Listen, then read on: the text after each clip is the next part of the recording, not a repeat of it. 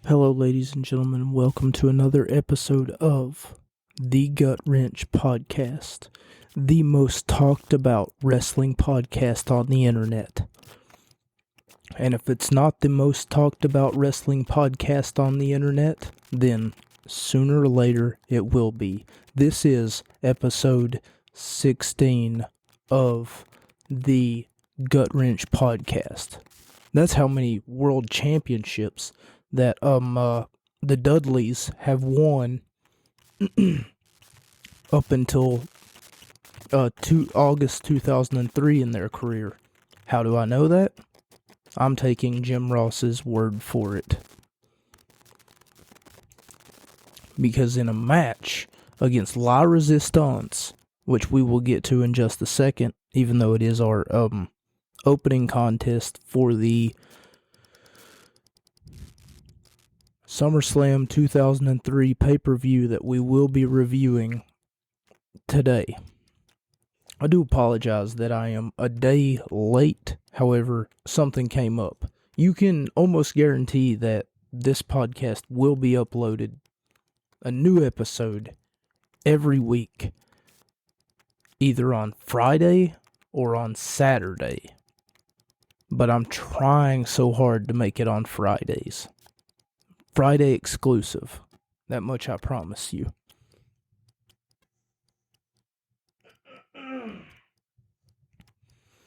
Nonetheless, it's hard to believe that we're already 16 episodes in, because 2 weeks ago, I had to go back and listen to an episode because I thought that I missed a week. The last episode that I did was on the 4th of February. And whenever I was listening back to it, I don't remember, I remember recording. I just don't remember how I opened the episode. And I sort of opened it like I did just now.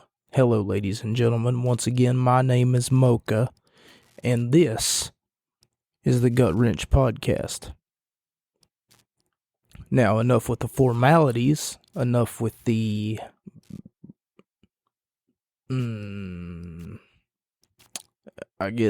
introductions.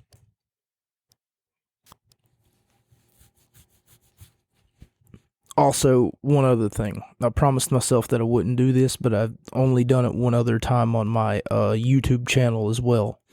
If you're enjoying the content,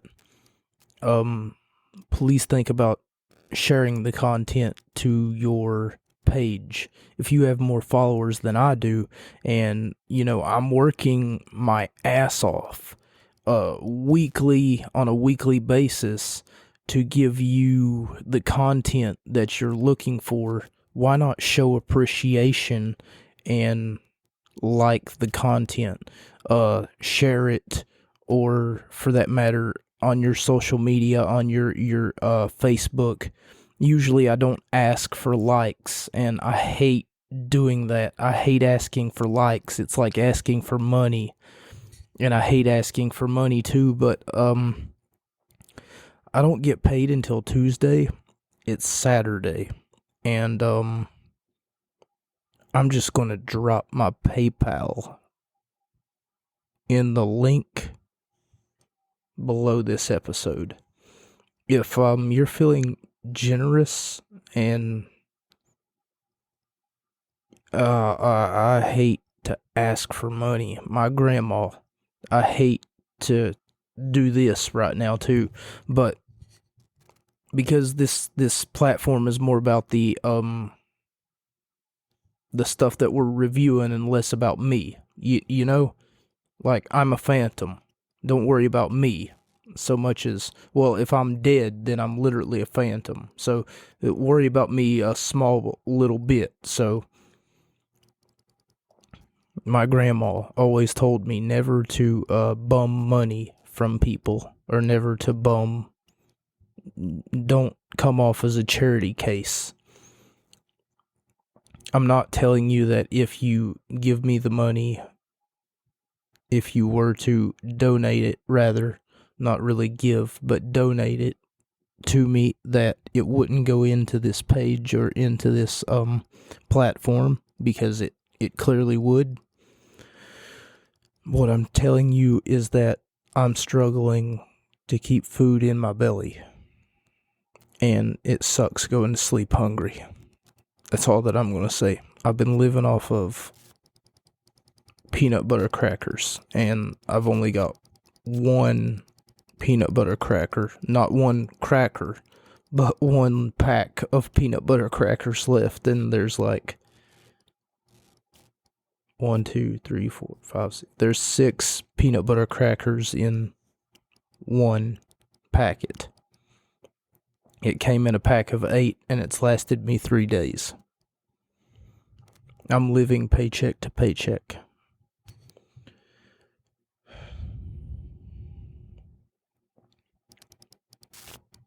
If you are generous enough to donate, every little bit helps, and thank you so much for your patronage. And like I said, I promised myself, it hurts me. It literally guts me like a fish that I have to ask. It's a pride thing, you know, like I don't want to have to ask somebody else for anything. You're here for the content. You're not here to listen to me gripe about how poor that I am. For that reason, I do apologize for the first few minutes of this. But we do have an entertaining episode ahead for everyone who's here, who's ready for SummerSlam 2003. Took place in Phoenix, Arizona, or not. I don't know if it was Phoenix, Arizona. It was somewhere in Arizona. That's what I was told. Because they kept talking about it and talking about it. I didn't even put it down on my notes because they kept. Actually, yes, I did. What do you know? I didn't see that. The color guard shows up for honor of our flag. The Howard Finkel called them, quote, the INS color guard, Phoenix, Arizona.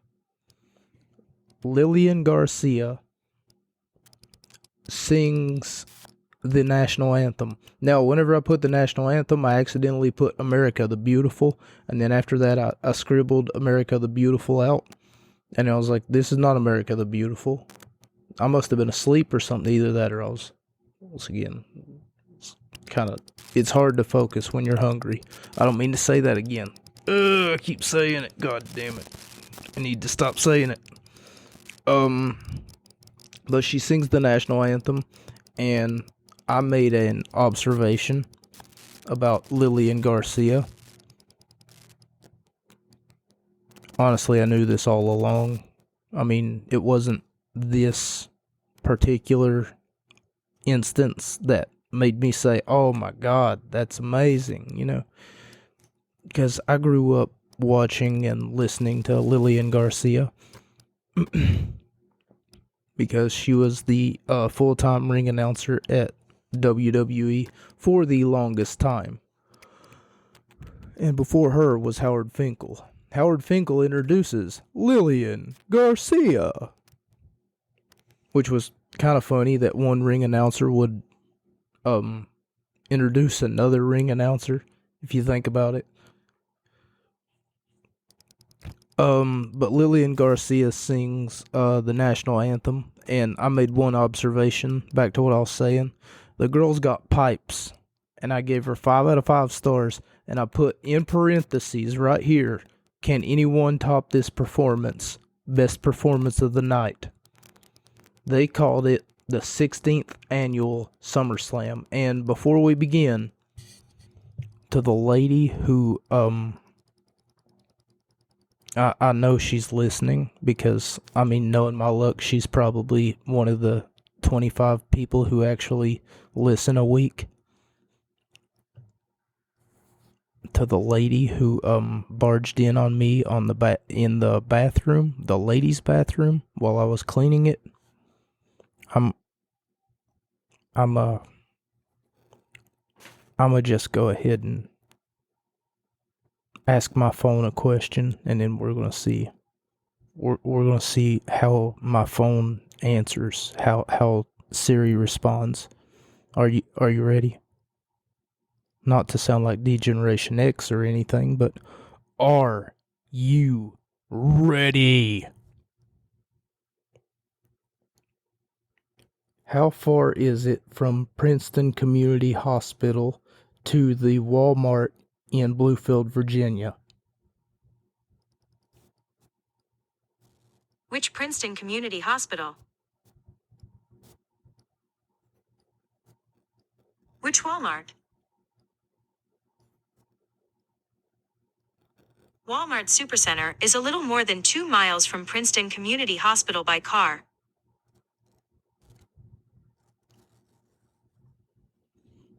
I hope that you all heard that. Walmart Supercenter, and I did click on the right location. And I did click on the right location for the I'm glad that she asked. I'm glad that Siri asked which Princeton Hospital, which Walmart in Bluefield, Virginia. Even though there's practically only one Walmart in Bluefield, Virginia, now that I think about it. And also, I just gave out the location of where I work, which I hope doesn't come back to bite me in the ass. But nonetheless, to the lady who walked in while I was wiping, well, I really wasn't wiping anything down. I was almost done mopping, okay? So, had that been the case, though, a little less than 2 miles. Okay, so let's say, hypothetically, it was 1.5 miles. That's a little less than 2 miles. If it's 1.5 miles by car from the Princeton Community Hospital to the Bluefield, Virginia Walmart, that means that woman, that bitch, must have passed 1.5 miles worth of bathrooms to walk in on me while I was cleaning the bathroom, which, by the way, is my job, just to tell me, "Oh, sweetie, I just came out of the hospital and I need to use the bathroom." In case you guys are confused, she passed 1.5 miles worth of bathrooms just to come to the Walmart and say that she needed to use the bathroom. Nonetheless, moving on. That's exactly what I said. I was like, wait, what? Okay, well, the girls got pipes, and it's the 16th annual SummerSlam. Dual announce teams. Spanish announce team gets. Oh yeah, they get edited out. So it sounds like that. Whenever Michael Cole was introducing the Spanish announce team, that whenever he said Carlos Guerrera and I don't know the other guy's name. I'm so sorry. But anyway, whenever he was introducing them, one of them was talking. It seemed like he was the lead commentator because the lead commentator always talks first. For instance, if you have a commentator team of 2 people, the lead commentator always introduces by saying, "Hello, everybody, ladies and gentlemen, and welcome to Monday Night Raw." I'm Jim Ross, here beside of my colleague here, Jerry Lawler, and then Ross will stop talking, and then Lawler will get to talk for a minute. But at the time, Ross was the lead commentator.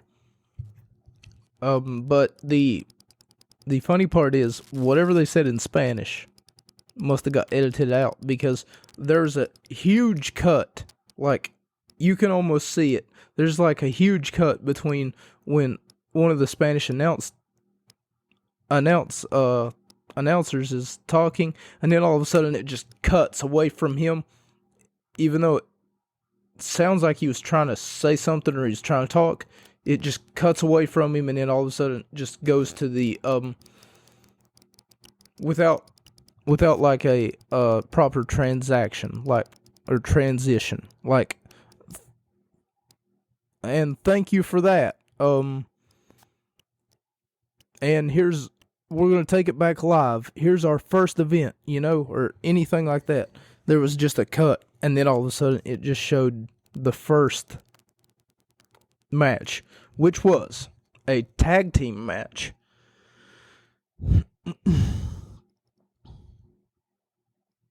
Okay. It was a tag team match for the WWE World Tag Team Championships.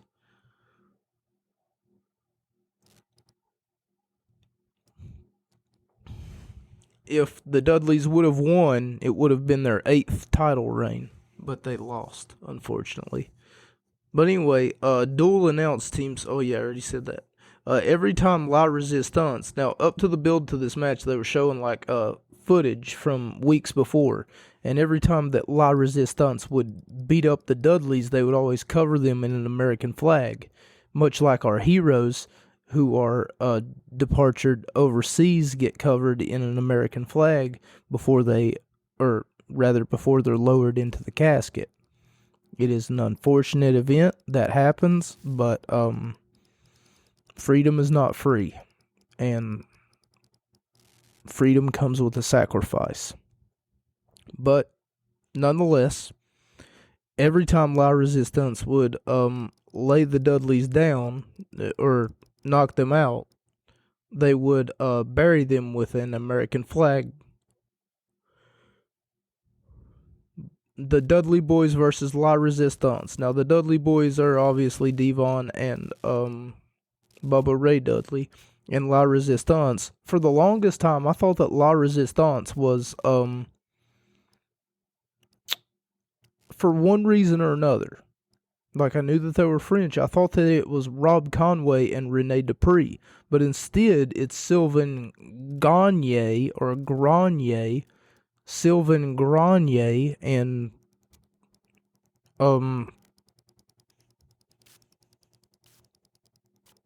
Rene Dupree. Holy crap, my brain shut down for a minute there. And I guess I lied to a friend of mine, and I told him, okay, so earlier, like in the day, today, I went into the Walmart break room, and I didn't lie to him on purpose, because as far as I knew, there were no other nationalities that were represented on this card here, SummerSlam 2003. And I found that to be extremely odd. There I was, while I was taking down notes for some reason, and I put down a note right here that said, and this was of course after I'd watched all the matches. Maybe I was exhausted or something, but I put down a note here that said, every person on the match card tonight was white. Okay. Well, I didn't mean to lie to him, but Devon Dudley competed, almost said completed. Devon Dudley competed, and for that matter, early in the match, Devon tells Rene Dupree, like, he doesn't body slam him, but rather he does like call it a hip toss. I guess it's a hip toss. But he does like a hip toss, and then whenever he's getting up from doing the hip toss, he does a drop kick. He looks Rene Dupree straight in the eyes, and then he says, "Fuck you." And it's not even edited out by Peacock or by the WWE. So also whenever as I told you, the La Resistance would lay the Dudleys down, and then they would cover them in an American flag to show that the French are superior to America. In 2003, keep that in mind, because it was kind of a I don't mean to keep saying the word but That's just my thought process. Nonetheless, what I mean is, in 2003, we were kind of just coming off of the heels of the whole Iraqi thing, and we still are. It's, like I said, freedom's not free, and it sucks. I would like to take this time to give a special thanks to our men and women overseas.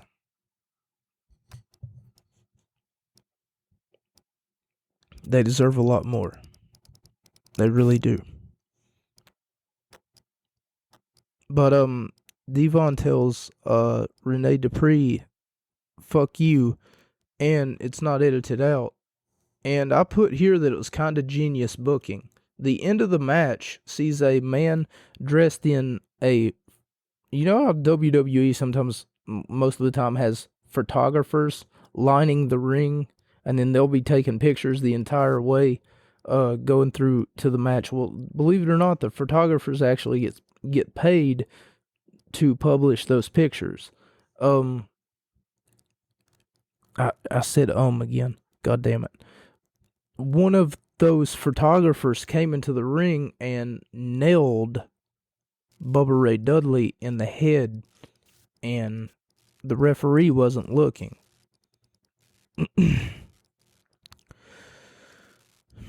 And one of La Resistance comes into the ring and gets the pin, and they end up winning. The photographer that I just mentioned, last week on Monday Night Raw, was being heckled by La Resistance. Like, they were like picking on him because, of course, he was wearing an American Airlines uniform or whatever. He was an airman, and in order to show their respect, the Dudley boys invited him into the ring, and they hugged him, and they said, "Thank you for your service, sir," and hugged Devon after hugging Bubba. And then after that, he kind of took an American flag and he beat them, like, in the ribs, in the back, in the neck. I said again, god damn it. I swear. The name of this podcast should just be Robert Says And he really did a number on them. He really I said it again. God damn it. He really put them through an American flag. And after that, he took the American flag and he just snapped it over his knee. And then just covered the Dudley boys in it. Anyway, this same serviceman, or pretend serviceman rather, came in and just attacked, I know, I said it again, attacked Bubba Ray Dudley. But anyway, I give it 3 out of 5 stars. I called it kinda genius booking. You think about it, I didn't see that twist coming. And I'm sure that a lot of you wouldn't have seen it coming either. I was just expecting that to be a one-off thing where a guy just gets pulled off into the crowd and he kind of swerves the Dudley boys. Nonetheless, the next match that we had was A-Train versus Undertaker. And I gave it 4 out of 5 stars.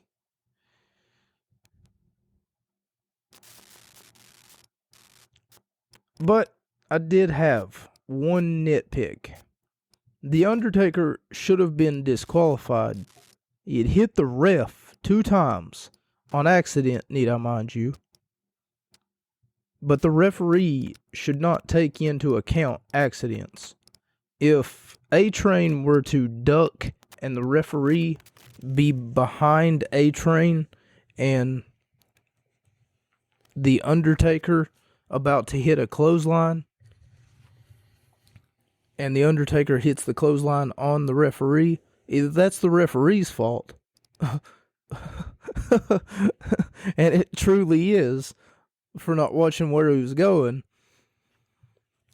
or that was the Undertaker's fault for not knowing that A-Train had ducked his clothesline. Whenever Undertaker hit the referee, Brian Hebner, or no, it probably wasn't Brian Hebner, because Brian Hebner was in a fatal 4-way, and don't worry, we'll get to that in just a moment.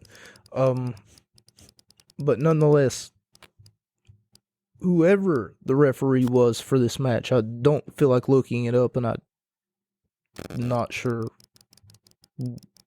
how or why I would do that. That time I said but it was me thinking. See, don't want to make it a habit of doing it 5 or 6 or 7 or 8 or 10 or 12 or 14 or 18 or 95 times in a row. That time I didn't say it while I was thinking. Nonetheless, he hits the referee with a clothesline and a big boot, and after the match is over, Stephanie McMahon comes out and attacks Sable. So Undertaker has Sable by the neck, and he's waiting for something, and then all of a sudden you hear that classic Stephanie McMahon 2003 music, I'm all grown up right now, and I listen and learn. How do I know that? I don't know. I guess she's just all grown up right now, and she listens and learns, even though she kind of doesn't today. But Stephanie McMahon comes out and attacks Sable, and the A-Train is just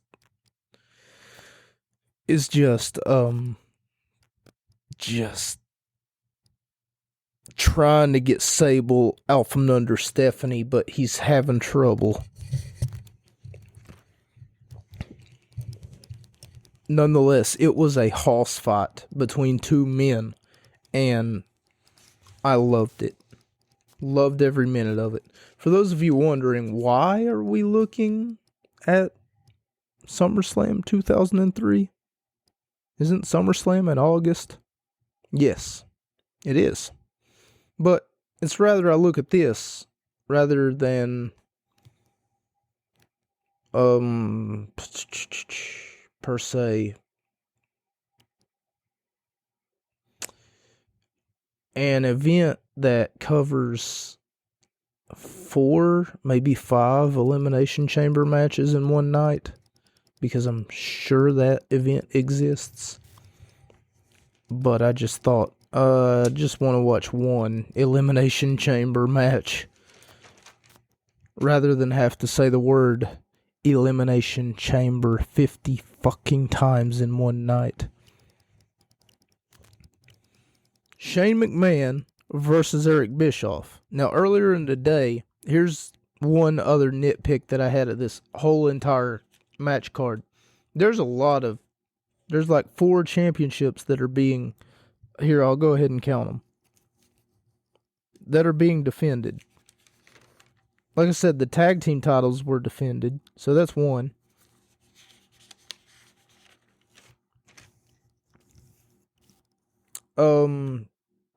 And once again I said US title being defended, that's 2. WWE Championship, that's 3.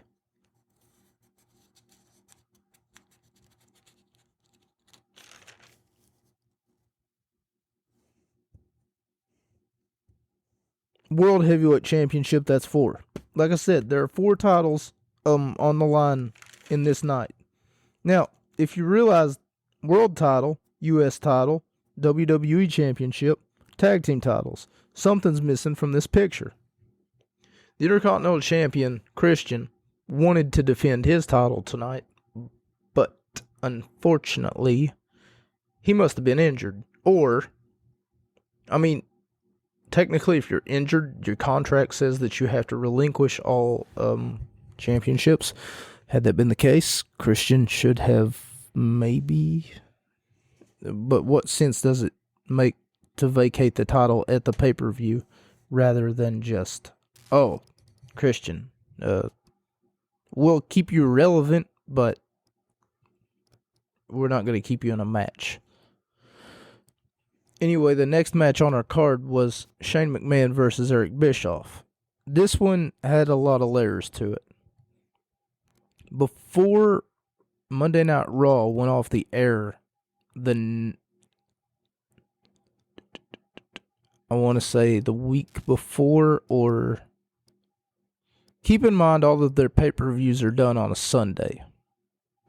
So the Monday before this Sunday right here that we're discussing, it looks like that Eric Bischoff had Linda McMahon in a hotel room, and he claimed that he was going to expose everything that happened in that hotel room. And what he did was, we just got a clip of him putting Linda's hands behind her back and kissing her. For those of you who don't know, that's a married woman.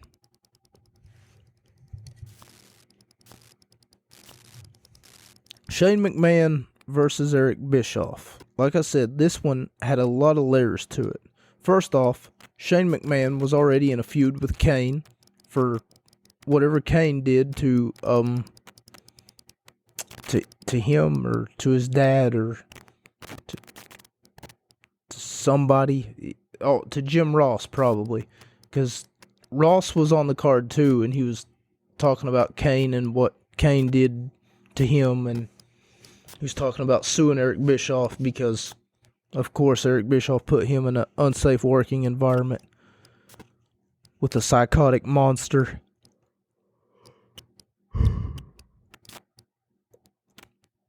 Shane puts Bischoff through an announce table. Bischoff kissed Linda McMahon. Bischoff says he knows where Shane gets his energy from, implying he had sex with Shane's mom in that way, because he's like, now I see where you get all your energy from. It's in your genes. Because she kept me up all night. It just wasn't one. It was one after another, after another, after another, after another, after another, after another. And that was Bischoff's exact words. And he was referring to the times that they... You see, when a man and a woman love each other very much, I'm joking, he was talking about the number of times that he had fucked. Can I say that? Of course I can. It's my platform.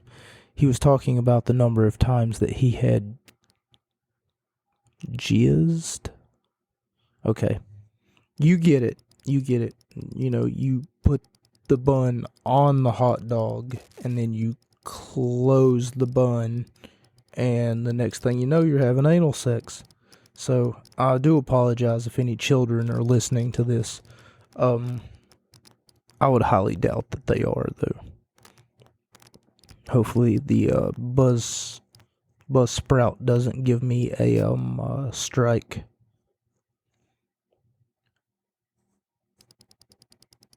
Bischoff makes the match a no DQ, falls count anywhere after Coachman hits Shane with a chair. Then Bischoff tells the network truck to disable JR and King's headsets. They go silent, and the camera pans to them, and they've still got their headphones on. What really got me was, it was like immediately after he said it, they were like, okay, we'll just pull that out. Like, what? You would expect it to at least last a few seconds before he just goes ahead and then just pulls everything. I guess he's got something against Jim Ross and King. Either that or get what JR said. saying son of a bitch again.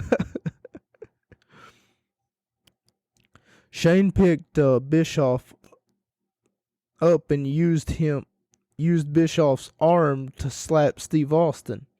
Lawler. Now, Jerry Lawler says, I think Bischoff just provoked Austin. Allow me to say that again, ladies and gentlemen. Okay, so Shane picked Bischoff. Like, you know how somebody has got a hand that goes up into a puppet, right? Well, imagine Shane McMahon just kind of like puts his hand on the lower extremity of Eric Bischoff's hand, and then Shane McMahon just like swats. I don't know why I'm making a motion with my hand. You guys can't see me. Just swats Shane McMahon just swats Eric Bischoff's hand, and then all of a sudden Bischoff just pokes Steve Austin. There was a rule back when Steve Austin was the co-general manager that he could not put his hands on any talent unless they provoked him. Not unless he felt threatened, unless they actually provoked him. So, by that logic, technically, Eric Bischoff was provoking Steve Austin.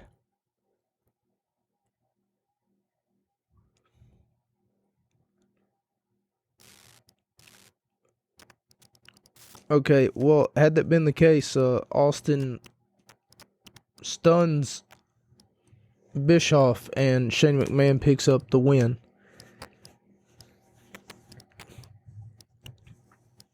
So this didn't really seem like a wrestling match, just one big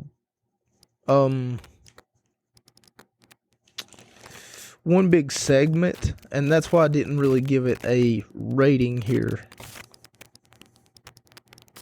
It's hard to gauge the wrestling match part of that, but it was really just one big segment. Now, here's something funny. Tony Chimmel. They had 3 announcers that night, for those of you who don't know. Tony Chimmel, Lillian Garcia, and Howard Finkel. Because, of course, Finkel announced Lillian Garcia. Keep saying Stop saying it. But Tony Chimmel acting as though we've never heard of a Fatal 4-Way before, because he had to explain the rules of a Fatal 4-Way. Can you imagine that? I'm sure before 2003, they've had plenty of Fatal 4-Way matches. And if they haven't, then this is the first one. At least it's the first one that I'm covering. I'm sure of that. It's the United States Championship match as Eric Benoit, Chris Benoit versus Tajiri versus Rhino versus our champion Eddie Guerrero. Okay, this was a great match. Possibly the best match of the night. Possibly. Cole and Jerry.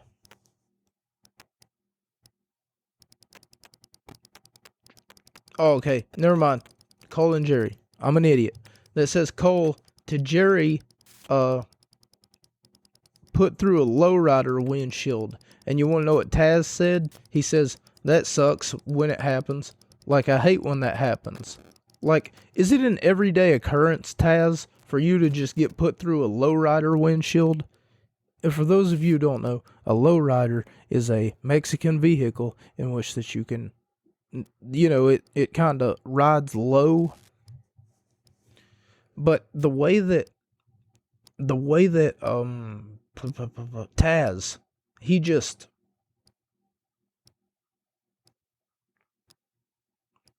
handles it almost like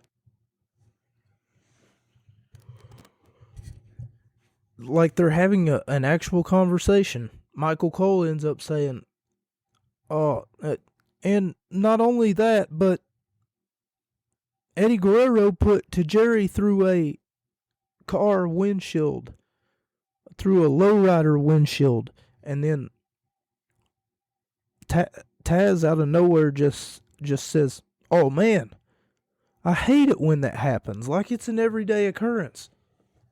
I could see saying, "I hate it when that happens whenever you lose $30, you know? Man, I hate it when that happens. Whenever you trip and then you fall into dog poop, that's an occurrence that probably happens once in a while that you just hate to see it happen, so you can say, I hate it when that happens. But okay, sure. I guess getting put through a lowrider windshield happens to you a lot. Nonetheless, this match right here was really, really good.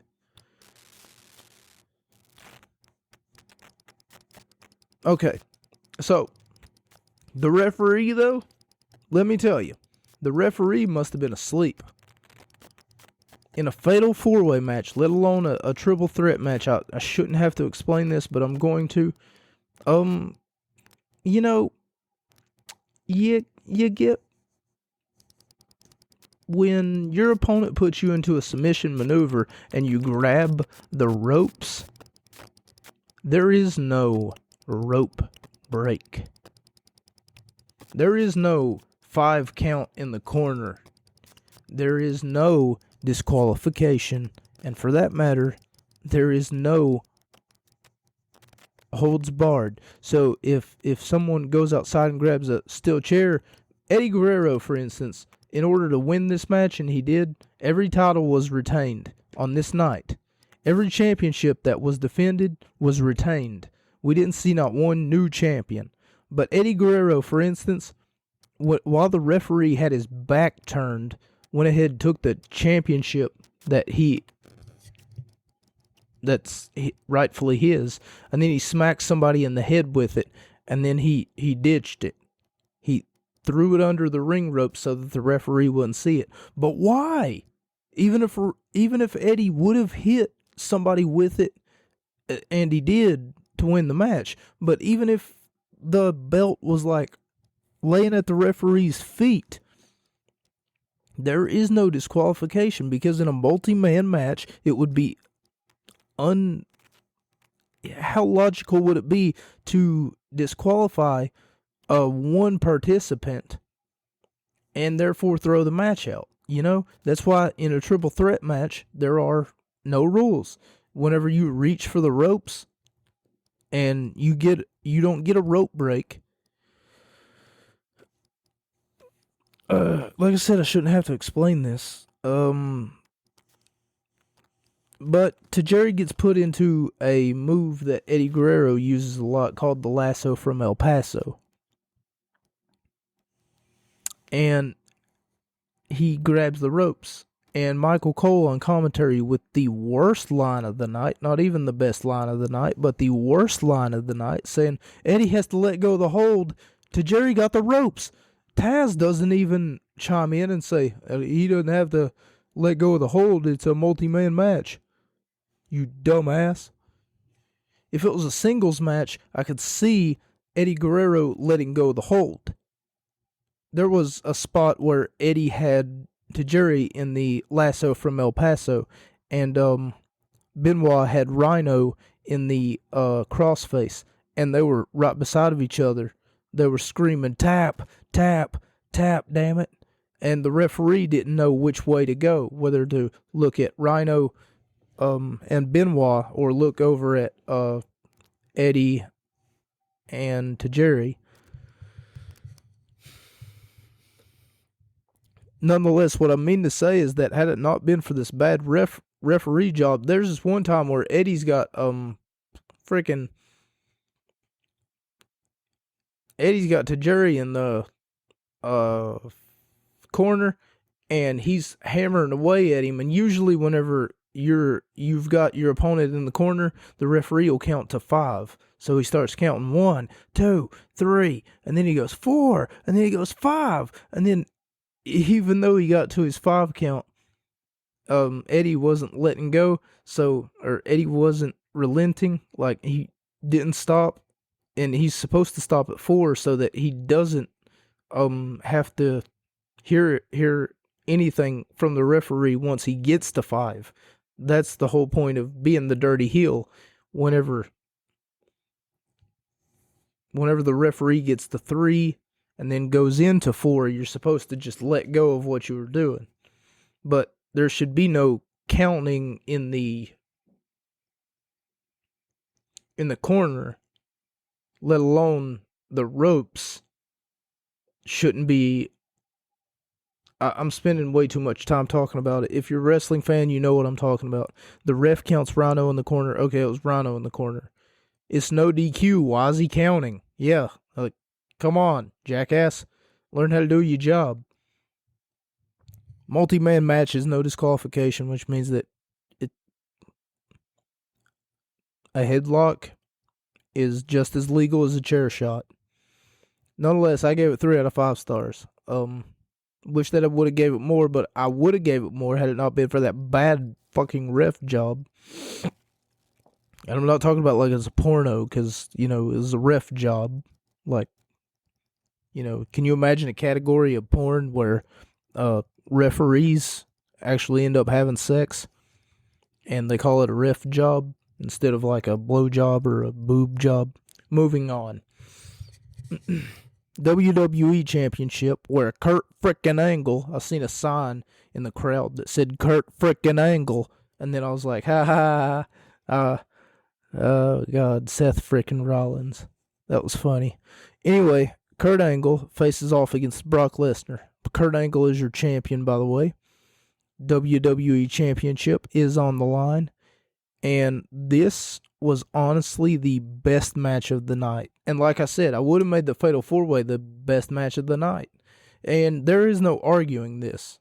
Okay? So, for those of you keyboard warriors or whatever, you want to argue the fact that SummerSlam 2003, the best match of the night, wasn't by Kurt Angle, Brock Lesnar?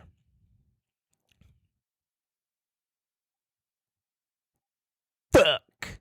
I don't know what to say about that. You want to argue it? That's fine. That's great. That's cool.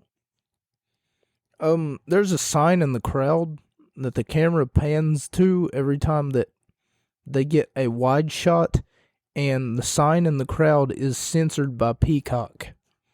I'm serious. It's got a blur on it.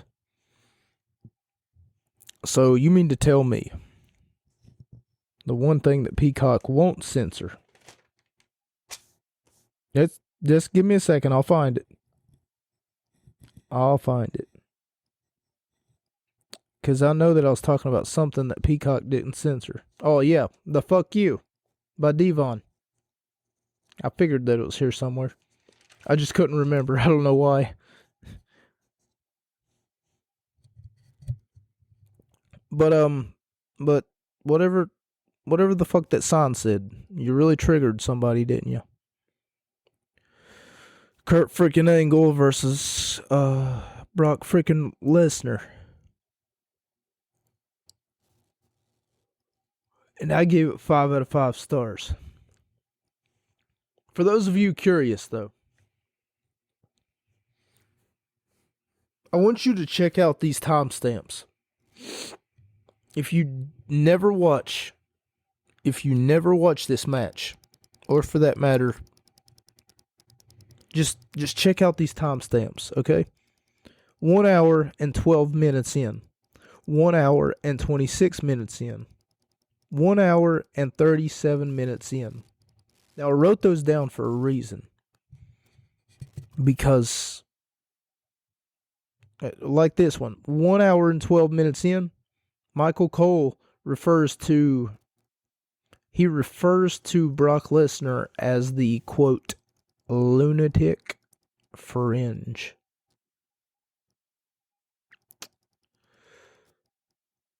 Dean Ambrose in 2003.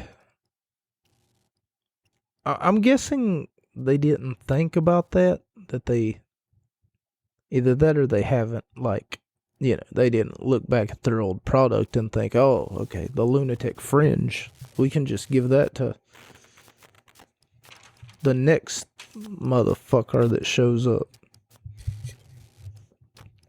The next match that we had was RVD versus Kane, and before it began, we got this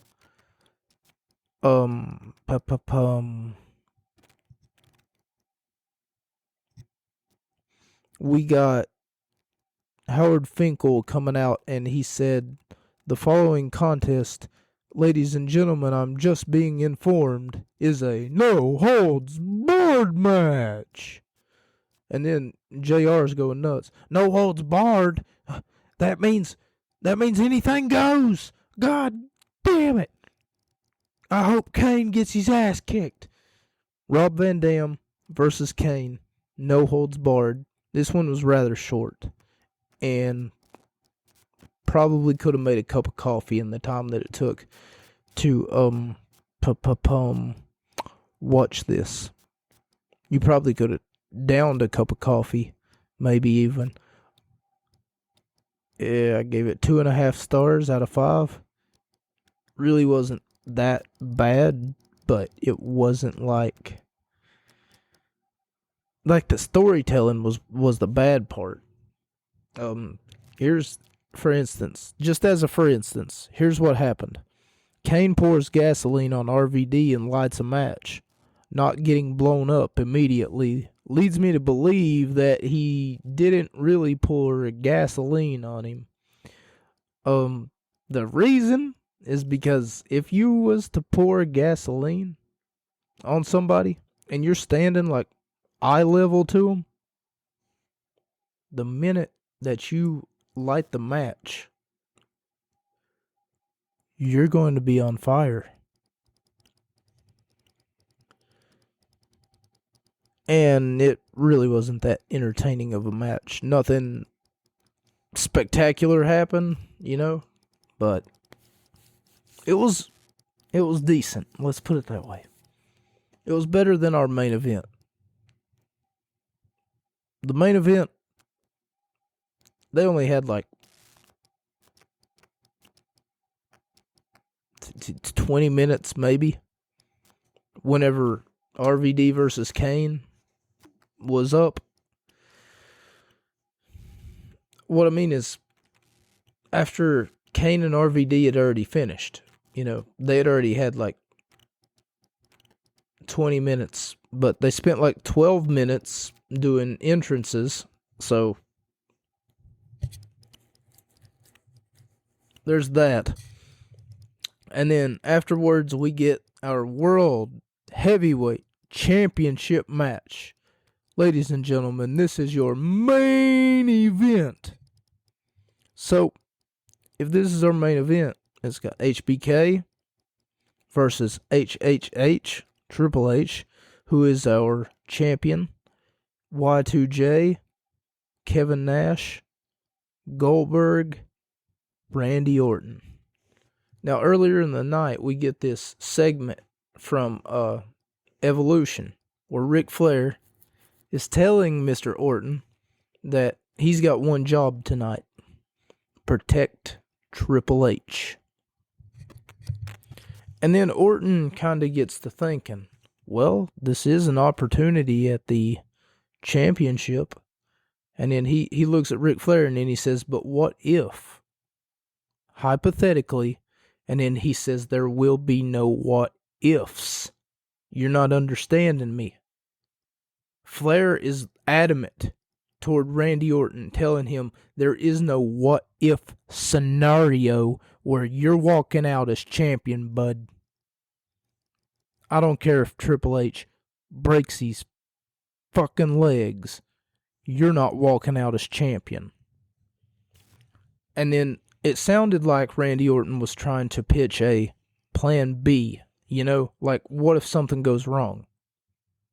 What if everybody was to gank up on Triple H at the beginning of the match? Even though, technically speaking, Triple H wasn't. He was the last entry, okay? So, if he was the last entry, that means that he was the most protected and the freshest man, for that matter. I gave it 2 out of 5 stars.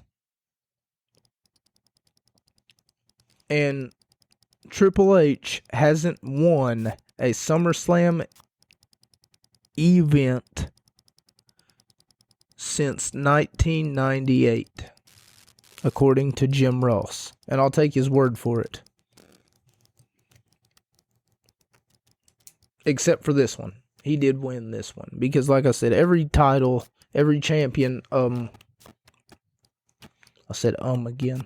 Every champion retained their title. I gave it 2 out of 5 stars. And it was mostly because it was like 14 minutes. That's all that you got, you know? Like the first Elimination Chamber was longer than that. And this one was the second Elimination Chamber. And that seems to be what we're talking about this week, seeing as though that the Elimination Chamber is right around the corner.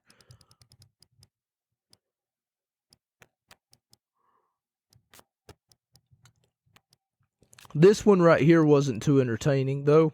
It had one spot. Goldberg was practically dominant through and through whenever he came out, and he was like the fourth guy to come out. Because I remember that Nash was the first guy to come out and the first to be eliminated. And Goldberg comes out and he like dominates everybody. Triple H was the last one to come out. I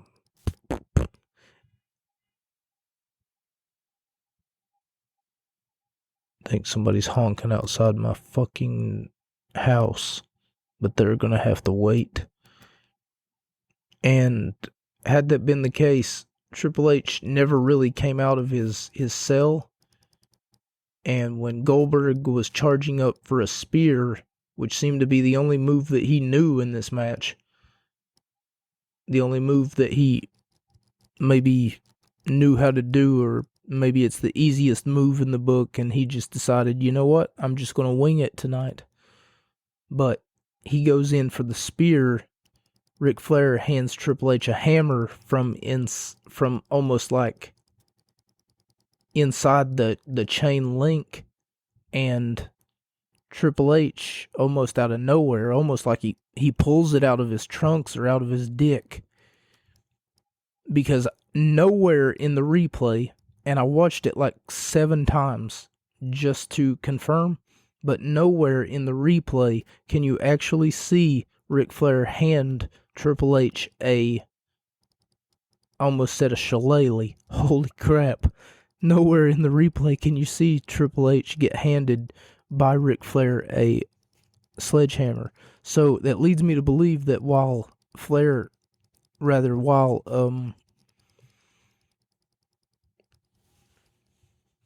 H was in his pod, Ric Flair must have handed it to him. But once again, that doesn't answer the question of where did Triple H get it from, because he didn't have it when he was in the ring. He had it he did have it whenever he was in the ring. It's so hard to explain. You would have to go back and watch the closing moments of that match, because even though he had it while he was in the ring, he didn't have it on him. Keep in mind, this is a sledgehammer. You're going to see it. He's a big guy. He can't just cover it up, or he doesn't have any clothes to like cover it up and then just be like, I'm sneaking around with a sledgehammer hidden under my hoodie. No. He can't do that. And I didn't see it on him because there were several camera shots of him just walking around almost like he was willing to wrestle Bill Goldberg without it. But then as he was getting up, because Bill Goldberg had knocked him down, as he was getting back to his feet, he all of a sudden just pulls it out of his trunks. keep in mind, Triple H's trunks are not like someone's jeans or pants where you can just scarcely hide a sledgehammer in your thigh pocket or something like that. It's like ring shorts, underwear, even tidy whitey underwear. That's Triple H's. That's practically all that this man had to work with. That match was terrible. For a main event, was horrible. Sucked. It was nobody's fault, really. Honestly, it seemed like there was only one spot that really stood out for me, and that was Goldberg dominating everybody. And it's like, okay. And it was almost like within a blink of an eye, everyone was eliminated except for Triple H and Goldberg. You're sitting there wondering yourself, what? Wait, but what about and Shawn Michaels? But wasn't Chris Jericho just, no? And people don't start getting eliminated until after the fact that Bill Goldberg had, like, full control of the match. What I mean is, and like I said, you would have to go back. Just watch the closing moments of that match. You'll see what I'm talking about the hammer just appearing almost out of nowhere, like Triple H is the great Houdini. Nonetheless, ladies and gentlemen, that was a look at SummerSlam 2003. I would like to thank you for joining me. I'm starting to lose my voice because once again, I didn't think to bring some water with me on this journey. My name is Mocha. I was about to wish you all a very Merry Christmas. I don't know why. Holy crap. I would like to once again say thank you to our men and women in our armed services. And I would like to once again ask you all that if you are enjoying the content, to please like, I would say subscribe, but subscribe to my YouTube channel at Workout Robert.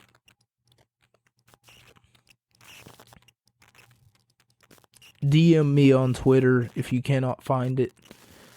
My DMs are always open. Always open. My Twitter is at P1_Bay.